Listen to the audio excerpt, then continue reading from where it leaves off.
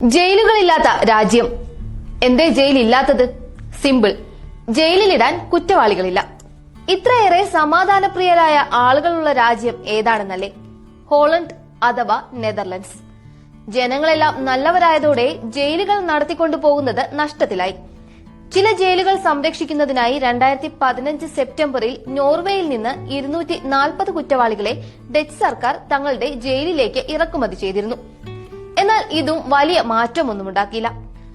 ആളുകളില്ലാത്ത ജയിലുകൾ സംരക്ഷിക്കുക എന്നത് വലിയ സാമ്പത്തിക ബാധ്യതയായി. ഇതോടെയാണ് ജയിലുകൾ ഓരോന്നായി പൂട്ടിയത്. സമാനമായ രീതിയിൽ സ്വീഡനും ജയിലുകൾ പൂട്ടേണ്ടി വന്നു. ഈ രണ്ടു രാജ്യങ്ങളിലും കുറ്റകൃത്യങ്ങളുടെ തോത് 1% താഴെ വരെ കുറഞ്ഞിരുന്നു. അപ്പോൾ വീണ്ടും ഒരു ചോദ്യം ഉയരാം. ഈ രാജ്യത്തുള്ളതും സാധാരണ മനുഷ്യരല്ലേ? പിന്നെ എന്തുകൊണ്ട് അവർ കുറ്റം ചെയ്യുന്നില്ല?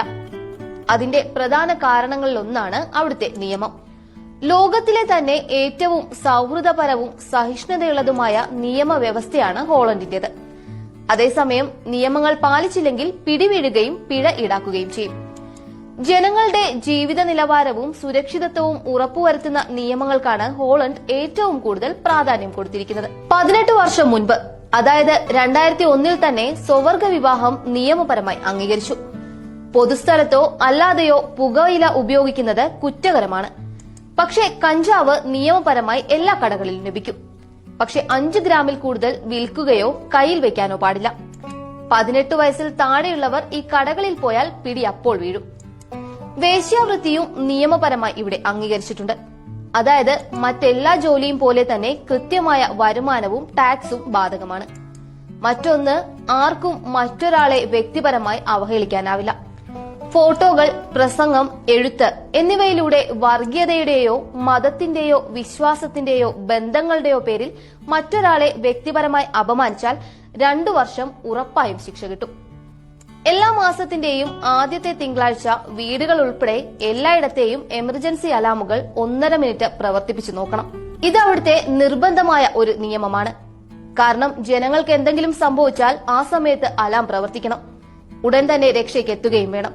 അതാണ് ഇവിടുത്തെ കൃത്യത. മറ്റൊന്ന്, പട്ടാളത്തിന് മാത്രമാണ് ഓട്ടോമാറ്റിക് തോക്കുകളും ആയുധങ്ങളും ഉപയോഗിക്കാൻ പാടുള്ളൂ. ടാർജറ്റ് ഷൂട്ടേഴ്സ്, വേട്ടക്കാർ എന്നിവർക്ക് സാധാരണ തോക്കുകൾ ഉപയോഗിക്കാം.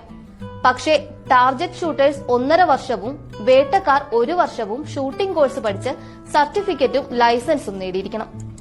വാഹനം ഓടിക്കുമ്പോൾ മൊബൈൽ ഉപയോഗിച്ചാലും വൻ പിഴ ലഭിക്കും. സൈക്കിൾ ഇവിടെ പ്രിയപ്പെട്ട വാഹനമാണ്. അതിനാൽ സൈക്കിളുകാർക്ക് വേണ്ടി മാത്രം പ്രത്യേക പാതകളുണ്ട്. എന്നാൽ സൈക്കിൾ ചവിട്ടുമ്പോൾ ഹെൽമറ്റ് നിർബന്ധം. സൈക്കിളിന് ബെല്ലും ലൈറ്റും ഇല്ലെങ്കിലും പിടിവീഴും.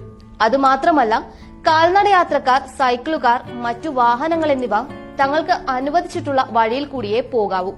ഇത് തെറ്റിച്ചാലും പണി കിട്ടും. ഇങ്ങനെ നിയമങ്ങൾ എല്ലാ രാജ്യത്തെയും പോലെ ഇവിടെയുമുണ്ട്. നിയമങ്ങൾ മാത്രമല്ല, സ്വന്തം രാജ്യത്തിന്റെ നന്മയ്ക്കായി അത് പാലിക്കുന്ന മനുഷ്യരും എന്നതാണ് ഇവിടുത്തെ ഏറ്റവും വലിയ പ്രത്യേകത. അതുകൊണ്ട് തന്നെയാണ് അഴിക്കുള്ളിലിടാൻ ആളില്ലാതെ നെതർലൻഡ്സ് എന്ന രാജ്യം ലോകരാജ്യങ്ങൾക്കിടയിൽ ശ്രദ്ധേയമാകുന്നത്.